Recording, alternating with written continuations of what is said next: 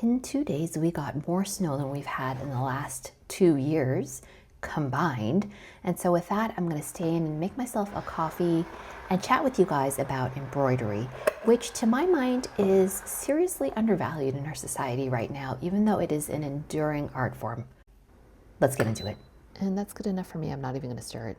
It's a great day for staying indoors and doing some crafts, that's for sure. Look at this beautiful embroidery that I finished. I'm so proud of it. Doesn't it look like the Bridgerton home with the wisteria in the front? But I'm not sure what I'm gonna do. I'm thinking of putting it in a round hoop like I did Frida here in the middle. One of my friends at the Fiber Arts Social Club says that I should put it in a frame because she frames hers and they look beautiful. I'm not sure if I'll do that. And then this is the latest pattern that I'm working on, which is by DMC. I'm doing it on this beautiful vintage tablecloth that I'm using almost like a sampler. Here's a lily of the valley I did, and that's where the bird motif design is going to go. I've done some other beautiful patterns on this, and this is my favorite material to work on, linen, but it is also the wrinkliest. Look how wrinkly it is on the sides where my hands grasp it. I'm just setting up some needles. Feels so quaint and cozy of a thing to do on a day like today. Let's use this one. I have to flip, this tablecloth is so big I have to flip it over my shoulder like it's a toga. This one is coming along quite quickly. The thing that I love about embroidery is that it is such a resistance to hustle culture. You can't do it quickly. You couldn't even if you wanted to. There's just a limit to how fast you can stitch and how well you can stitch at the same time. So if you're trying to keep up that quality, you certainly cannot rush it. It takes the time that it takes. It's meditative and it endures as a beautiful craft, a beautiful meaning of the world of fine art and textile. And you don't have to do it. You don't have to embroider anything. There is no there with the embroidery. You can have a tablecloth that has no embroidery on it, and it's functionally exactly the same as a tablecloth that does have embroidery on it, but it's not as beautiful. It's for beauty, it's not for utility. And the hours that it takes to embroider, people don't know. When people are looking at needlepoint or these huge embroidered pieces, they have no idea. You probably wouldn't think for a second that that is so much of a slower process than doing an oil painting or a watercolor. I can zip through 10 watercolor paintings, I'm not joking, in the time that it will take me to embroider this bird, this flower, these leaves. Definitely. I love it. It's an act of resistance against the quickness of modern life, the relentless pace.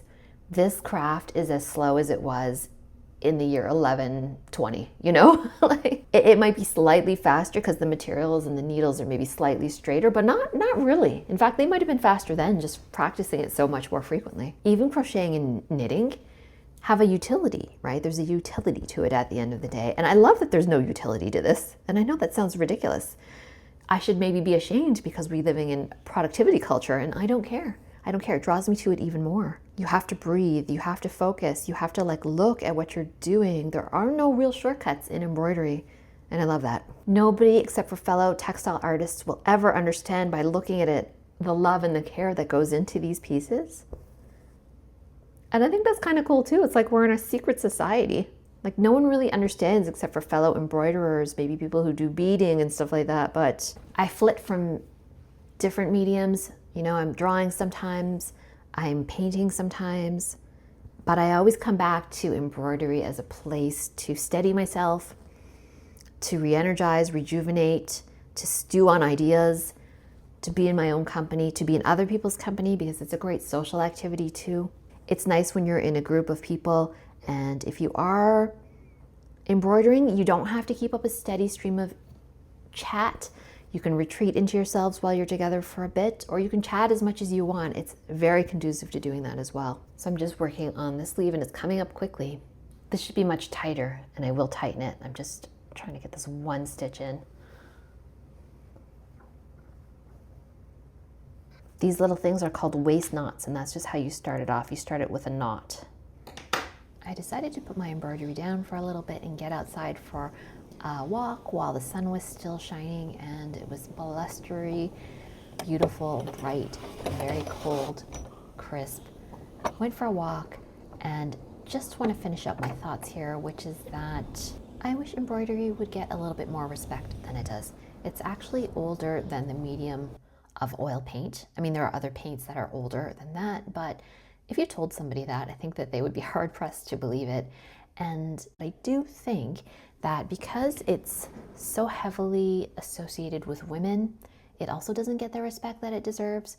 But if you're at all curious about embroidery, just jump in. It's an affordable, accessible thing to do as long as your eyesight is okay. Actually, one of the reasons I'm out and about is because I want to give my eyes a bit of a break. I have to force myself to break every 15 minutes or so for my hands and for my eyes. But it's very affordable compared to any other art that I can think of.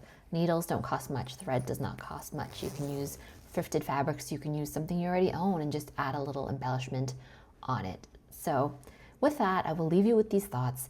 If you are an embroiderer, I would love to hear what you think on this matter. Drop me a comment below. And this is an art channel, so if you're enjoying this, please do consider giving this video a like and even subscribing.